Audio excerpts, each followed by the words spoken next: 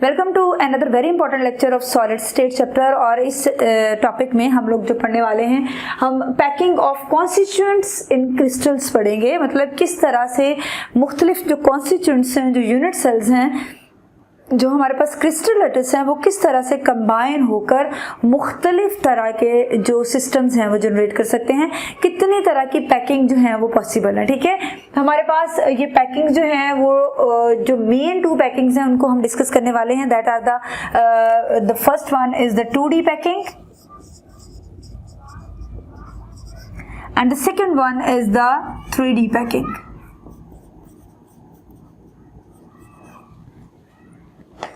इन 2D packing हमारे पास क्या होता है, दो तरह की पॉसिबिलिटीज होती हैं। हमारी जो पैकिंग होती है that is straight line packing. हम इसको जो है वो 1D पैकिंग भी कह सकते हैं।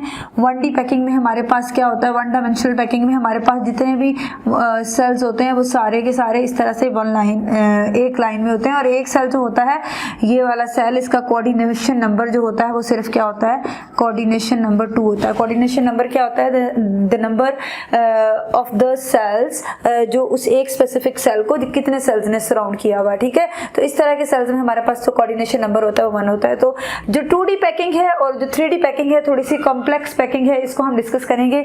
2D पैकिंग जब हम क्यूबिक सिस्टम में देखते हैं तो इसमें हमारे पास जो सेल्स होते हैं वो इस तरह से अरेंज होते हैं, ऊपर नीचे। ठीक है, इस तरह से इसकी अरेंजमेंट है। सेल्स इस तरह से ऊपर नीचे अरेंज हुए हुए होंगे। 2D पैकिंग में इस तरह से सेल्स अरेंज होंगे। ठीक है, सेल इस तरह से अरेंज होंगे। तो एक लेयर और सेकंड लेयर, मतलब हम कह सकते हैं, अगर हम एक्सिस की बात करें, if this is the x axis, this is the y axis and this is the z axis, तो हमारे पास जो 1D पैकिंग है उसमें सिर्फ एक्स एक्सिस में होते हैं, और जो 2D एक्सिस है उसमें वाई एक्सिस में भी हो रहे हैं और एक्स एक्सिस में भी हो रहे हैं। कैसे, आप ये देख रहे हो, ये एक्स एक्सिस है और ये वाई एक्सिस है। ठीक है, ये एक्स एक्सिस में अरेंजमेंट है, इसको हम रेज कर देते हैं, और ये वाली अरेंजमेंट जो है ये किस में है, ये वाई एक्सिस में अरेंजमेंट है। अब इस सिस्टम में हम लोगों ने ये फाइंड आउट करना है कि इस सिस्टम में जो कोऑर्डिनेशन नंबर है वो क्या है। कोऑर्डिनेशन नंबर, जिस तरह मैंने आपको पहले बताया कि किसी भी एक सेल को कितने मुख्तलिफ सेल्स ने सराउंड किया हुआ है, वो उसका जो क्या होता है, कोऑर्डिनेशन नंबर होता है। फॉर एग्जाम्पल, हम कोई एक सेल ले लेते हैं, हम ये वाला सेल ले लेते हैं। तो इस सेल को देखें तो एक इसने, एक इस सेल ने, एक ऊपर वाले ने और एक नीचे वाले ने सराउंड किया हुआ है।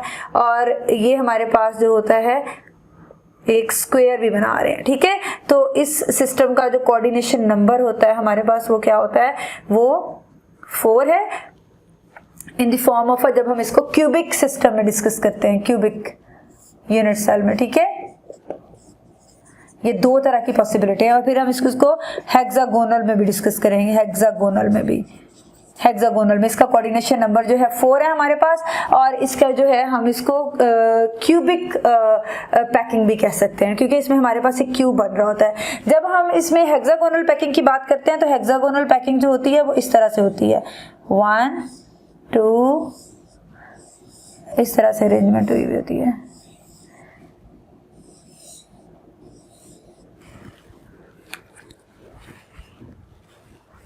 सॉरी, हेक्सागोनल में हमारे पास ये वाली जो स्पेसिस होंगी इस तरह से अरेंजमेंट होगी। अगली लेयर जो होगी वो इन लेयर्स के दरमियान में आएगी, इस तरह से, इस तरह से। ठीक है, फिर ये वाला सेल इस वाले, और यहाँ पर इसके नीचे, और ये वाला इसके नीचे, और ये वाला इसके नीचे, और ये वाला इसके नीचे। फिर उसके बाद यहाँ पर, मीन्स इसकी पैकिंग इस तरह से है, एक सेल ये, एक सेल ये, तो जो अगली लेयर आएगी उसका सेल इस तरह से होगा। ठीक है,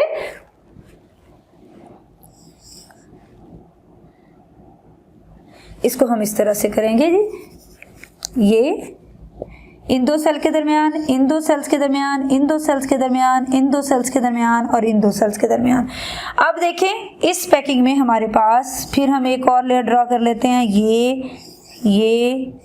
ये और ये। अब इस पैकिंग में हमारे पास जो एक सेल होगा उसको क्या किया हुआ होगा, उसको 6 डिफरेंट सेल्स ने सराउंड किया हुआ होगा। फॉर एग्जांपल अगर हम ये वाला सेल ले लेते हैं तो इसको कितने सेल्स ने सराउंड किया हुआ है, 1 2 3 4 5 एंड 6 सेल्स ने सराउंड किया हुआ है। तो इसका मतलब है जो इसके नतीजे में शेप बन रही है वो 6 कॉर्नर वाली हेक्सागोनल स्पेस है, शेप है। और इसका कोऑर्डिनेशन नंबर जो होगा हमारे पास वो क्या होगा, कोऑर्डिनेशन नंबर इसका 6 होगा। और इसको हम जो है हेक्सागोनल पैकिंग भी कह सकते हैं, बिकॉज इसमें जो बनने वाला एक सेल जो है उसको 6 डिफरेंट सेल्स ने सराउंड किया हुआ होता है और एक हेक्सागोन सी इसके सेंटर में बन रही होती है। ठीक है जी। So this is a pattern जिसको हम जो है एक ऐसी पैकिंग कह सकते हैं जो कि 2 डायमेंशंस में हो रही है। वो कौन कौन सी डायमेंशंस हैं, वो एक्स एक्सिस में है और उसके अलावा वो कौन सी है, वो वाई एक्सिस में है। ठीक है जी।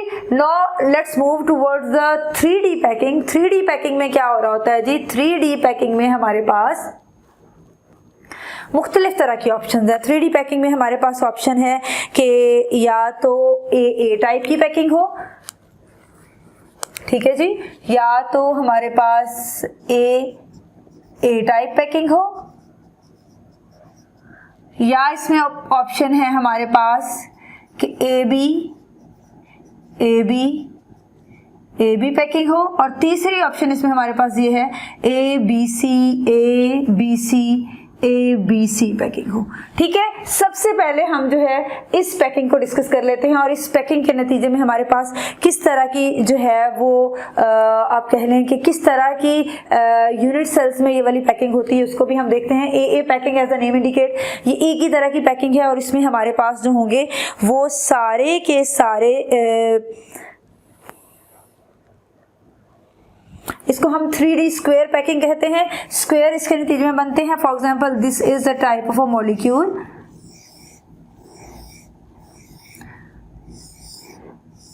एक ही तरह की पैकिंग है जिस तरह हम लोगों ने यहां पर पढ़ा क्यूबिक पैकिंग में, ये वाली थी।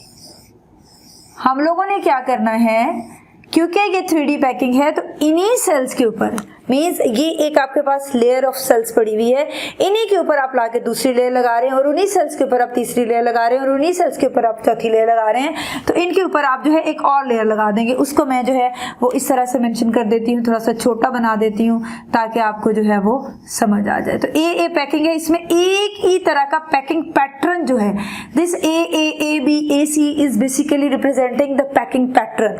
जो ए पैकिंग है उसमें एक ही तरह का पैकिंग पैटर्न है, एक ही तरह से सेल्स हैं एक दूसरे के ऊपर आके जुड़ते जा रहे हैं। ठीक है, कोई भी उसमें मुख्तलिफ चीज नहीं है इस तरह से। अब ए बी पैकिंग जो है ये हम लोगों ने जिस तरह से हेक्सागोनल में पढ़ी, ये हमारे पास जो है ये वाली पैकिंग होती है A B packing. A B packing में आप लोग देखें ए इस तरह से पैकिंग, इस तरह से सेल्स होंगे। ठीक है जी। और जो दूसरा सेल आएगा जिसको हम ए बी कह रहे हैं, बी जो होगा वो इस तरह से होगा। ठीक है जी। फिर ए पैकिंग होगी वही वाली, फिर बी पैकिंग वही वाली। अब आप यहां पर देखें तो यहां पर आप लोग देख सकते हो कि आपको एक ये वाला पैटर्न नजर आ रहा है और दूसरा ये वाला पैटर्न नजर आ रहा है।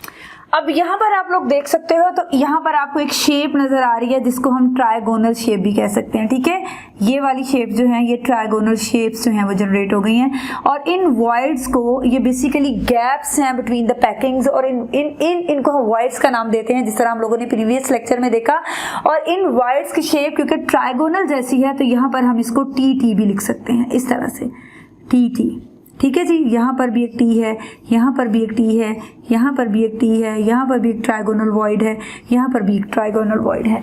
अब यहाँ पर आप लोग देखें जो ए पैकिंग है हमारे पास, ए पैकिंग जो है हमारे पास वो क्या कर रही होती है, वो सारी की सारी क्यूबिक वॉइड्स को जो है वो कवर कर रही होती जी। अब यहाँ पर देखें तो ये हमारे पास जो ए पैकिंग है this is covering the 2D hexagonal voids. A जो है this is for the 2D hexagonal. जो हमारे पास बी लेयर है ये वाली, ये क्या कर रही है, ये हमारे पास बी लेयर जो है ये हमारे पास टेट्रागोनल वॉइड्स को कवर करेगी और जो सी है वो ऑक्टाहेड्रल को। ठीक है जी। अब इस टेट्रागोनल वॉइड को कवर करने के लिए ट्राइगोनल जो है इस ट्राइगोनल वॉइड को कवर करने के लिए हम एक और लेयर लगाएंगे जो कि सी की लेयर होगी इस तरह से, और वो क्या करेगी, वो इस वॉइड को कवर करेगी। ठीक है जी, इस तरह से, इस तरह से, इस तरह से इस वॉइड को क्या कर रही है, वो कवर कर रही है यहां पर।